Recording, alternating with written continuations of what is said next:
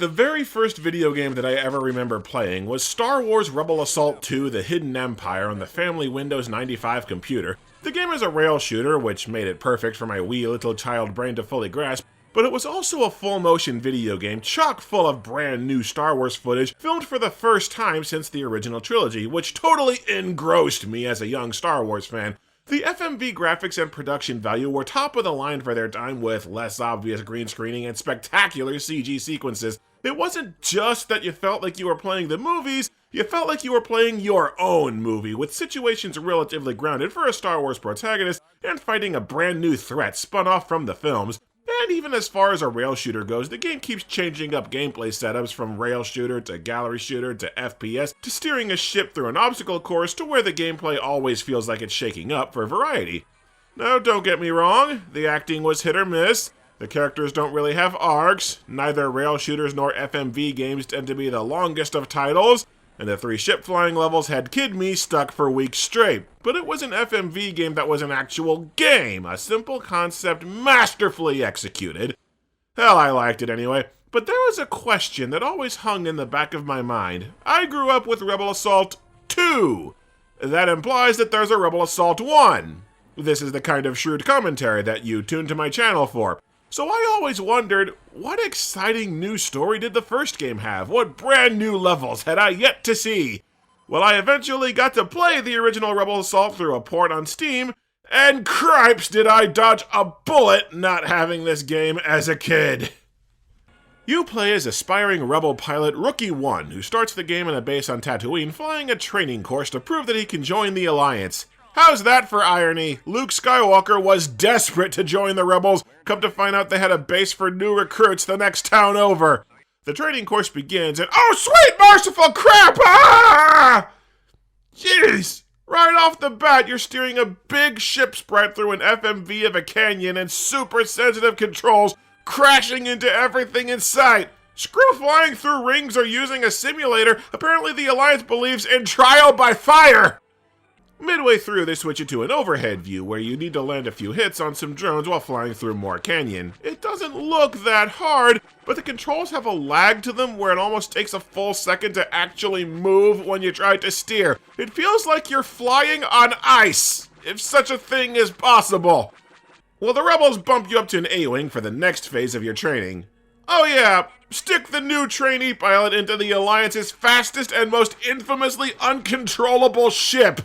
Next, you're in a rail shooter setup, dodging asteroids and shooting ice balls. I didn't think it was possible to mess up the controls for a rail shooter, but crap finds a way! It feels like there's a delay to your aim every time you move the cursor. Movement starts out slow and then lurches forward. The window you can actually move your cursor through is a pathetically small portion of the screen, and within about half a second of moving your reticle, the game starts forcing it back to the center. You are struggling against your cursor resetting every damn second of gameplay. I know this game's old, but how hard was this to grasp in 1993? You have a mouse cursor that clicks on things, the reticle works by moving around and clicking on things. This should not have been rocket science! After dodging the asteroids, you head to the planet Collidor for the last phase of your training. Flying through, oh god, not again! Now you're flying an A-Wing sprite through another fast-scrolling FMV, only now it's a really tight rock canyon. The controls are somehow even worse, and the level's like twice as long as the Skyhopper section. And yeah, I'm dead. The rookie wasn't that sharp after all. I guess we'll have to get another one. Let's try that again. Wait, why am I back at the beginning? Do I have to redo the first 2 damn training levels again?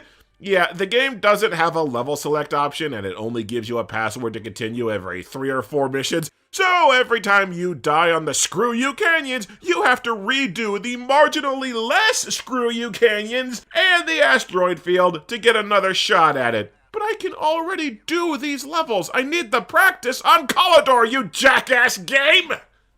It can be difficult to explain bad controls, but I'll do my best here. Steering this ship doesn't work like a cursor. You have to perpetually guess at how much you need to move the mouse to get the motion that you want. Moving the mouse has you start turning in a new direction, and you never stop. You'll keep moving endlessly so that every single movement of the mouse must then be followed up by a counter steer to get you flying relatively straight again. And I say relatively straight because a slight twitch on the mouse turns you so it's near impossible to just fly a straight line. Sometimes, but not always, hitting a wall immediately sends you lurching off course so that you have to scramble to correct yourself, only the turning is so wildly oversensitive that any sudden movement is a death sentence. You make a major screw up one time, and it snowballs into pretty much dying on the spot. And I swear there are several parts of the level where the game artificially swerves you side to side to try and emulate how the level's geography is moving. So as hard as it already is to stay alive, you also need to be ready at any given moment for the game to just get bored and slam you into a wall in a moment's notice. So you're gonna die a lot, and then you have to put up with the game wasting your time with 2 levels that you can already ace, so now you're pissed off and going, come on, don't let me redo the other levels again. Shit! After an hour of practice and no progress, I started getting desperate. I was this close to just looking up passwords online to skip this level, but there was one option that I hadn't tried yet. Rebel Assault makes a big deal out of the fact that you can play it with either a mouse or a joystick, and it clicked for me that all those infuriating quirks to the controls might be mitigated by just using a joystick. So I gave it a try, and lo and behold, using a joystick makes Rebel Assault play like a normal damn video game. There's still a little lag to the cursor movement, but look, I can actually aim and steer to the sides of the screen now. My cursor isn't constantly fighting to reset because joysticks do that mechanically on their own, and the flight controls feel vastly more stable. I didn't even need any continues to beat Collidor. So let me see if I've got this right. Rebel Assault was designed to be played with a joystick, but the developers were so petrified that PC users couldn't figure out how to use a mouse that they extensively altered the mouse controls to emulate a joystick, only to make the game nigh unplayable. Got it! We cut to garbage quality pixelated FMV footage from the opening of A New Hope, as Princess Leia's blockade runner is captured by Imperials looking for the Death Star plans, which are loaded into R2 so he can flee down to the planet. And Jesus, they screwed up the artwork on Vader's lackey here. His eyes are like twice as big as they're supposed to be, and they're like bugging out of his skull. Rookie One's then sent on his very first assignment, go to Tatooine to rout the Imperial attack by taking down an entire Star Destroyer single-handed. You know, if you wanted me to quit the Rebels, you could have just said so. You fly through the Star Destroyer's guns and need to take out the shield generator balls atop its main deck. The shields take 1,000,000 hits to kill, and the level loops infinitely until you've gotten both of them down. But the guns don't respawn, so at some point you're just sitting on ash waiting for the game to slowly loop back around to your target for minutes on end. This level takes forever. Who the hell builds a rail shooter this way? But eventually you blow up the damn Star Destroyer, which, aren't both Darth Vader and Princess Leia still aboard that ship? Whoops. The Imperials blow up the base on Tatooine, and you have to chase 3 TIE fighters down through your training canyon before they can radio for backup to overwhelm our heroes. Okay, it's time to put all my training to... and they're dead. Huh. Yeah, you laugh, but if you don't pop these bastards right away, you are never going to catch them. You have to shoot 3 tiny bucking and weaving ships while the canyon background video lurches all over creation. On top of trying not to die from crashing into walls, you have to hit a target that's only open for a few seconds at a time. Good luck! And then they send you on a bonus mission shooting walkers that have surrounded Mos Eisley from the movie. At least I think it's Mos Eisley. The FMV here is so badly pixelated this could be Nebraska for all I know. Now, I read the words hit targets for bonus, and I thought, oh cool, that means that I can get extra lives out of this level. So I went to town, blew up a crap load of walkers, I nailed over 50 of them, and I got... nothing. The walkers are just a few points for a high score table. I didn't get shit for actual rewards. I could have gone to the bathroom while Rookie One flies over the unintelligible garbage, and gotten the exact same result. Next, you need to escape the pursuing TIE fighters by flying back through that damn asteroid field. I would have guessed that they just recycle the same level with some enemies added, except I don't remember it being nearly this hard. Asteroids come at you fast and heavy, you scramble to take out the enemies ahead of you while you can, and even if it looks like you're not in any danger, asteroids can still hit you from pretty damn far away. Like there, what just killed me? What in the hell just killed me? And yes, I died a lot on this level and had to keep redoing the raid on the good ship Waste of Time and the flyover of Diarrhea Island. Come on, you're doing fine, just a little further. Yes! Yes! I finally hit the end of the level! Wait, what? No! No! No! That is bullshit! You fly through a ring and have to try and split-second guess which direction the camera will go so you can steer not to crash! Eventually, I did beat the shittin' thing, though, not before venting my mounting frustration on the high score table. The game then cuts to a Star Destroyer in space deploying probe droids, one of which lands on... Hoth? Oh, we're playing Empire Strikes Back now! Kind of scattershot on the story, but they couldn't get a mouse right. I shouldn't be surprised. Rookie 1 spots a probe droid while on patrol in a snowspeeder, and he follows it into a cave. And you know what that means? Another Crash-a-thon third-person flying section! It's actually not that hard to avoid the walls since the path is relatively open. The first problem is the cave is friggin' infested with probe droids that shoot the crap out of you, and the second problem is the level can go on forever. You'll frequently hit a junction where you're given 2 directions to go, and if you pick wrong, or if your cursor just happens to be on the wrong half of the screen, you loop backwards and replay the level. It's impossible to tell if you're making progress or not, because the whole damn course looks the same. Where am I? Oh, I'm in the place with the light blue walls. That clears everything up. Eventually, I just lucked out and found the shortest route and escaped. The Sega CD port skips this level in exchange for looking much worse and running like shit. Next up is the Battle of Hoth, where Imperial walkers are advancing on the Rebel base and you have to take down an AT-AT. In the movie, Luke announces that the walkers' armor is too thick for blasters and leads to the iconic and endlessly recreated sequence of roping up the walkers with cables. But Rookie 1 thinks that shit is for quitters, so you have another ungodly, tedious, infinite looping level slowly wearing down the walkers' armor with lasers 1 plate at a time. Rookie 1, for God's sake, just use a tow cable! We don't have time! Not only does this level take forever, but there are 0 enemies attacking you in this stage. The only way that you take damage is if you forget to pull away from the walker as you fly past it, so the only threat to you is your own stupidity. The level sets out to annoy you as much as possible, and then it kills you for getting impatient.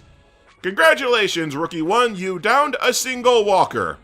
It took you longer than the actual Hoth battle in the movie, and the rebels all left without you.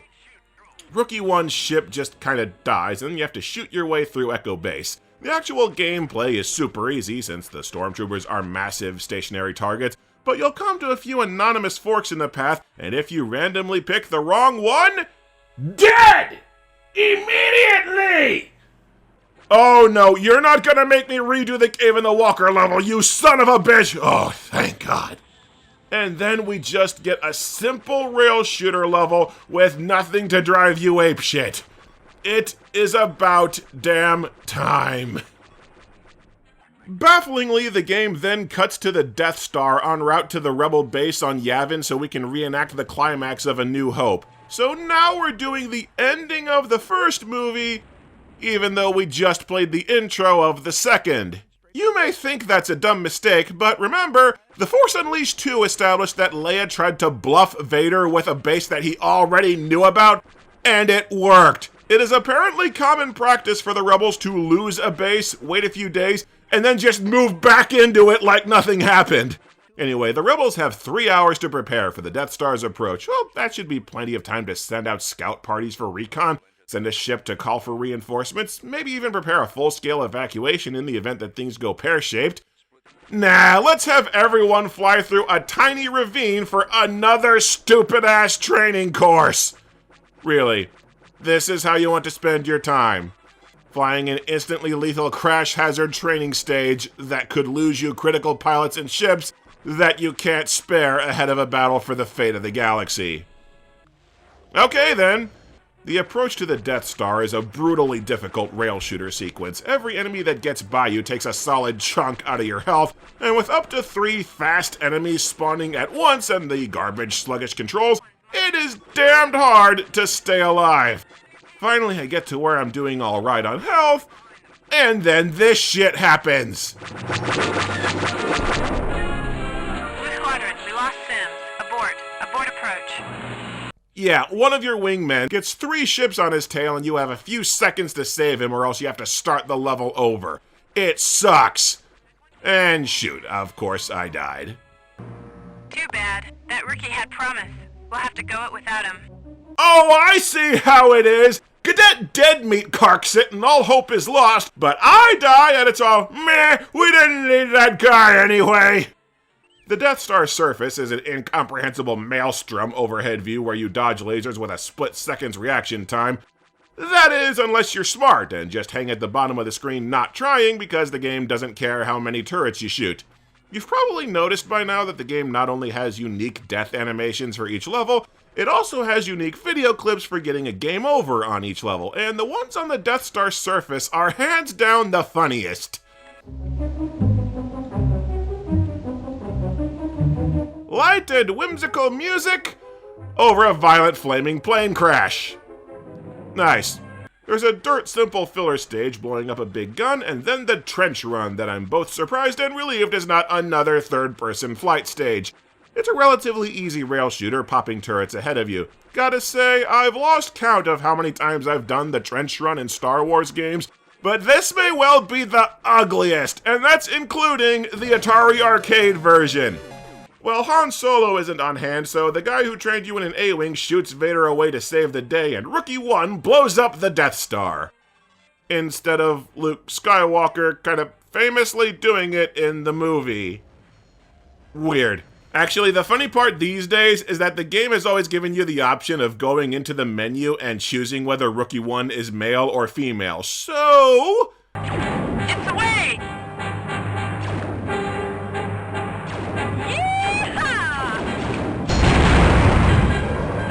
A girl blew up the Death Star in 1993.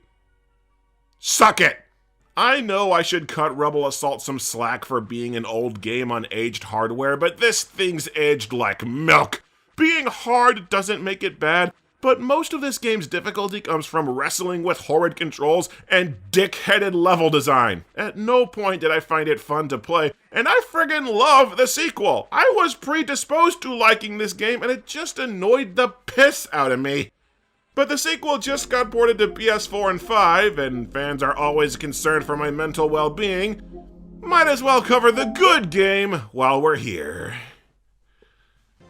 The sequel starts with a brief opening crawl establishing that Darth Vader is kind of pissed that you blew up the Death Star, so he's looking for a new weapon to destroy the rebels from the massive Imperial catalog of doomsday weapons that they have in development at any given time. Vader latches onto one project run by this poor bastard Admiral Sarn, who's clenched tight enough to shit diamonds whenever he's in Vader's presence. We don't see what the new weapon is just yet, but they use it to wipe out a passing patrol of X-Wings on the spot. What I see, Admiral Sarn, is just another one of your endless tests. I will not be impressed until I have, under my command, the full power to crush the Rebel Alliance. That's not James Earl Jones, but credit where it's due. It's a pretty good Vader. By the way, the game's launcher lets you edit the game's frame rate from its default of 15 frames per second, but boosting the frame rate completely screws up the sound to where lines cut each other off and the music doesn't sync up. As you can see, Lord Vader, the units perform admirably. In fact, I think the whole project has proved quite impressive. Why, in a few years... Why even have this feature if it breaks the game? Why apply the frame rate to the cutscenes? We then cut to our hero Rookie 1, who's definitively a dude this time, on patrol in a mysterious region of space called the Dryton Triangle. Yeah, the fact that he's still named Rookie 1 after fighting in the Battle of Yavin I'm starting to think it's just his actual name. This is the same franchise that would give us a Shaggy homage named Shaggy, and a drug dealer named Elon Sleazebagano. Rookie 1 is hardly the dumbest of Star Wars names. Our hero picks up a distress call from a civilian freighter that looks exactly like the Millennium Falcon, but is not actually the Millennium Falcon, and appears to be flown by Ross from Friends. Darth Vader, destroy the Alliance. Repeat your message, Corellia. FMV acting, everyone! Rookie 1's wingman is so jaded, he watches civilians get gunned down and don't give a crap. So naturally, the two head off to confront the fighters amid iconic swelling Star Wars music to get you pumped for action. Now, in any normal continuity of Star Wars, 2 B-Wings against 57 TIE fighters, yes I counted, would be pure suicide, but luckily these only attack you from the front, 2 or 3 at a time, and attempt no other tactics. I'm cracking dumb jokes because I don't really know what else to say about the gameplay. 2D sprites appear on the screen and you point and click to shoot them, and the mouse cursor actually works like a mouse cursor this time. Who'd have thunk it? What's interesting is that the PlayStation 1 version was ported by Factor 5, who would go on to make Star Wars Rogue Squadron, and Factor 5 completely remade these rail shooter segments with a ton of new mechanics. There's an optional third-person view, where you can never see what you're shooting because the camera is too dead on, but they also replaced all the FMV sprites with 3D models and give you the ability to dodge incoming shots. You also don't take damage if you fail to shoot an enemy before they leave the screen like you do in the PC version, which adds some interesting implications. On PC, it implies that every ship you miss just rams into you and dies, while on the PlayStation version, they just give up and leave. Not sure which option is worse. The editing is also drastically better on the PlayStation version's cutscenes, with voice lines being clearer and spaced less jarringly. The PlayStation version also adds loads of signature wipe edits like the films use, and changes the music to several sequences, often for the better, though interestingly through the entire ending, for worse. Rookie 1 and his wingman escape, but both get shot down by the Empire's off-screen new weapon, with Rookie 1 managing to eject and land on the planet. He tracks the Not Falcon's distress signal to a small Imperial mining base, and despite getting into 3 full-on shootouts, doesn't raise any alarms until he's already reached the ship to escape. Good thing Star Wars doesn't have security cameras, huh? This level is a series of gallery shooting encounters where you shoot stormtroopers while taking cover to avoid damage, and given the lack of regenerating health, it's somehow more compelling than most cover-based shooters today, since it comes down to careful aim, risk assessment, and timing.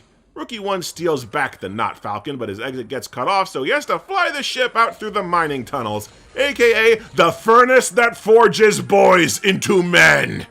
This harkens back to the frustrating flight levels that killed the first game, where you're piloting a pretty large sprite through a scrolling FMV that doesn't leave much room for error, but the controls feel much smoother than the first game. It doesn't feel like it screws with your input, it's easy to make slight adjustments to just fly straight, and all in all the movement feels a lot more consistent. It's still hard until you're practiced at it, don't get me wrong, but it doesn't feel unfair like the first one did.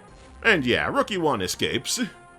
There's a lot of unironically good cinematography in the FMV sequences with stellar compositing and shot composition, like this badass shot of a Star Destroyer being dwarfed by a Super Star Destroyer over an ominous red planet, followed by a shot of a small ragtag rebel fleet over a gentle bright green planet for contrast. They took this as seriously as if it were an actual Star Wars movie. Stock footage of Vader's meditation chamber notwithstanding. Sarn reports that the weapon will be ready to deploy in 12 hours, which Star Wars has already had timeline issues, but I don't buy for a second that the rest of the game's events happen in only 12 hours. Rookie 1's gonna sleep for a week straight when this game's over. Over with the rebels, Admiral Akbar is giving a briefing on the recovered distress signal from Not the Falcon, and now that I'm older, it is a little too obvious that Akbar's appearance is done via redubbed and rekeyed stock footage from Return of the Jedi. His fish lips don't even slightly match the dialogue. I'm placing the fleet on red alert and dispatching a strike team to the Dryden Nebula. Its mission, investigate the Belt of Ara. Still, Akbar does more in this game than he does in the actual movies. I feel like everybody's forgotten that Akbar's entire role in Return of the Jedi was to almost lose Endor and doom the galaxy so that Lando has to take over. Yeah, the Gas Baron is better at commanding a fleet than your precious meme Lord Admiral is. Anyway, the rebels don't know what the new weapon is, but they know where its fuel is being refined, so Rookie 1 joins a flight of X-Wings to head to the processing plant. Fun fact, there are 2 levels in the game where you fly through an asteroid field. Level 4, titled the Asteroid Field, has you fly through dodging and shooting mines, and Level 9, titled the Minefield, you have to take out guns and shield projectors. I always felt like those names should have been reversed, and lo and behold, the PlayStation version does swap the names, so the level with the mines is called the Minefield. The PlayStation version's graphics do lag behind on the more graphically intense levels though, with frame rate jitters on both asteroid missions, but then the Steam port of the PC version has butt-ugly flashes every time the cutscenes change shots, along with screen tearing, so take your pick which does the worst job at running a game that turns 30 next year. After the minefield, your squad has to fight off another impossibly huge swarm of fighters, this time TIE Interceptors. This is the game that cemented the Interceptor as my favorite Star Wars ship because it looks sleek and gorgeous in every shot it appears. Again, there's an impressive level of practical effects and artistic compositing to these cutscenes. Playing this level in the PlayStation port is where I finally realized why I find the port so compelling. This is probably the closest we'll ever get to a home port of the Star Wars Trilogy arcade. I played the crap out of that cabinet as a kid to where I could beat it in one life, and damn the local Dave & Buster's for getting rid of that machine. Your squad reaches the processing plant, which, funnily enough, looks like a rough sketch of the Trade Federation control ships from Episode 1 4 years later. I like that the game can pull off cool fly into a core and blow it up levels like the second Death Star attack without just copying it outright. Also lets the game's artists go nuts with cool backgrounds that you fly through as well. The refinery is destroyed and the day appears saved, until they finally reveal the Empire's new super weapon. Ace!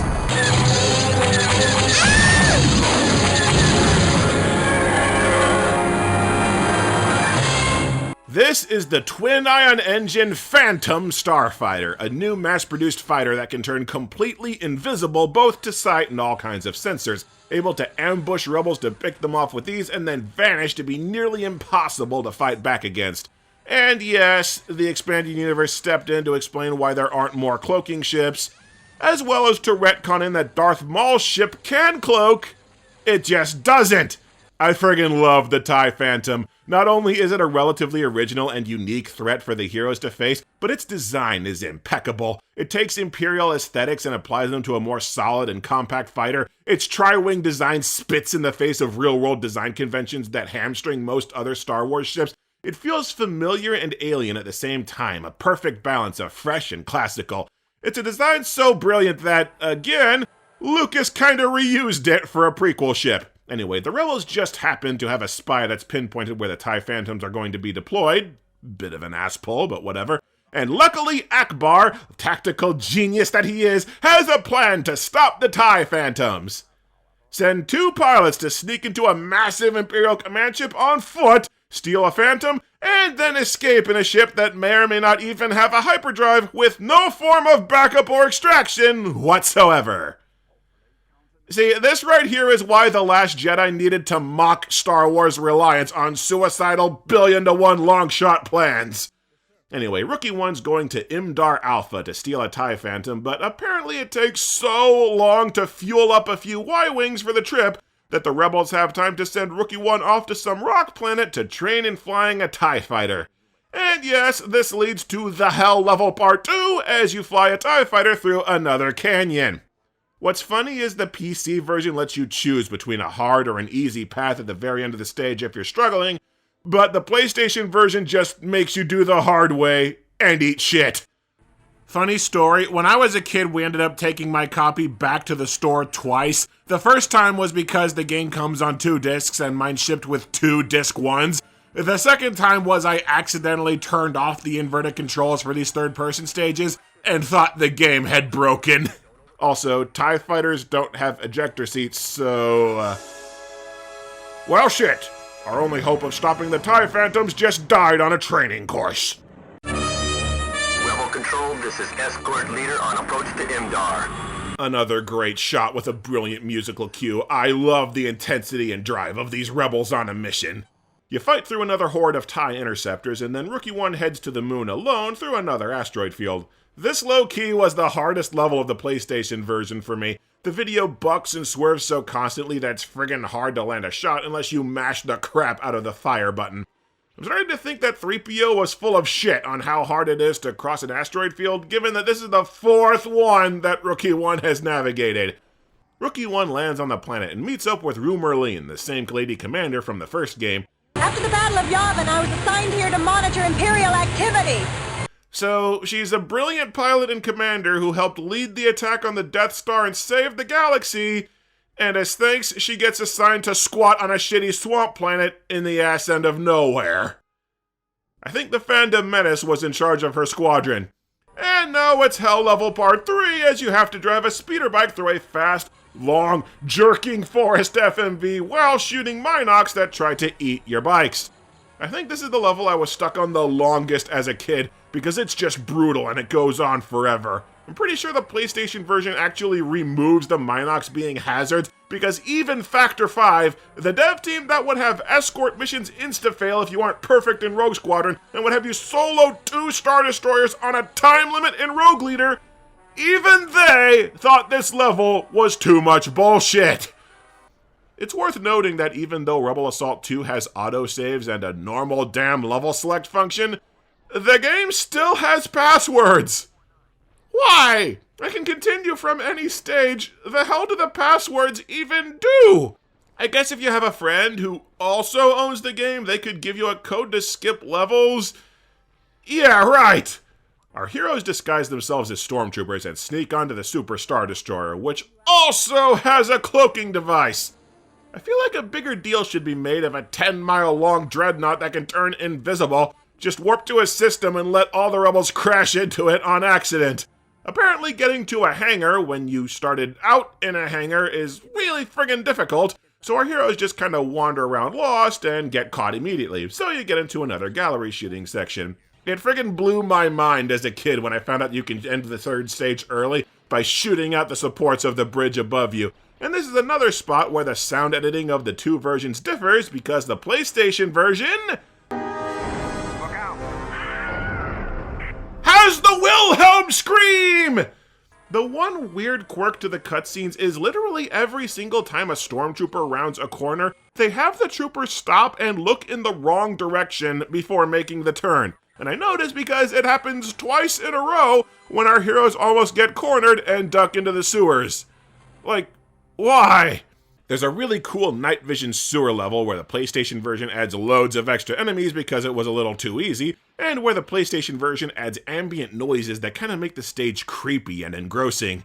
Our heroes finally steal a TIE Phantom, which takes 2 pilots for some reason, and the hangar closes, so our heroes just settle for flying through the entire hull of the Super Star Destroyer, flying into the ship's core, and blowing up the entire command ship on accident! This is the second Imperial stronghold that Rookie 1 has blown up today! The man is a wrecking machine! Our heroes have to fight through a horde of ghost fighters to escape the system. Huh. Turns out the TIE Phantoms aren't so tough when they just slowly fly in front of you a few at a time. Also, Factor 5 fixed this level in the port to where you can actually shoot the ships while they're invisible. Yeah, the game follows Star Trek rules where ships can't fire while cloaked. They've never explained why, but I just always figured that passing lasers through the cloaking field screws up said field. I don't know. Well, Vader's finally had enough of Sarn failing to stop a whole 2 rebels, and he gives him his pink slip. You have failed me for the last time. You will not have an opportunity to do so again. And as the ship explodes, an entire massive TIE Phantom production facility also decloaks, attached to the moon like a parasite. As much as it strains credibility that this moon-sized facility also has a cloaking device, I do love the touch that it has multiple Star Destroyers docked up top to subtly emphasize how huge it is. And of course our heroes decide to go for the hat trick and take down a 3rd massive Imperial base, because apparently every Imperial installation and command ship is designed to where any ship can just fly into the core unobstructed. This is the final level, shooting drones and turrets and dodging tons of machinery, but I gotta say, Despite the huge stakes of the plot, I think this level should have been harder to really sell how desperate of a plan this is, or to give the game something to resemble a final boss. It just doesn't feel like all that much actually tries to kill you, which feels wrong for the last level of the game. Rebel Assault 2 does feel like it's a little too easy, and that's probably an overcorrection from the first game, and that's also probably where the PlayStation version fares a little better. The joystick's a little harder to aim and not as conducive to twitch reflexes. So our heroes destroy the TIE Phantom production facility and end the Empire's newest threat once and for all, unless you count the RTS games where TIE Phantoms are available units and were retconned to have more weapons. And our heroes fly home in their captured ship to get props from some guy. I think that's the admiral that trained us in a TIE fighter. I don't know.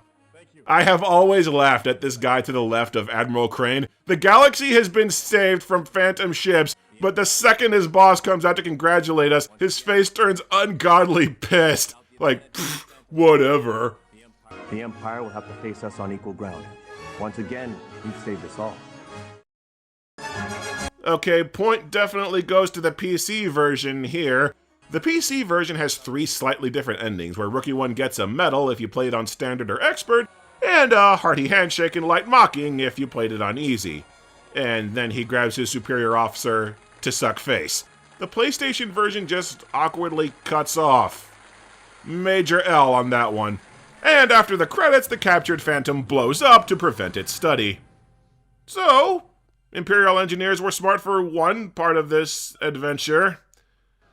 I know that Rebel Assault 2 is no great shakes of a game. You just point and click at bad guys and they blow up, and the plot is basic with flat characters, but it's at least a good FMV rail shooter with a fun and well-produced adventure storyline, and at least attempting to shake up its gameplay so it doesn't get repetitive.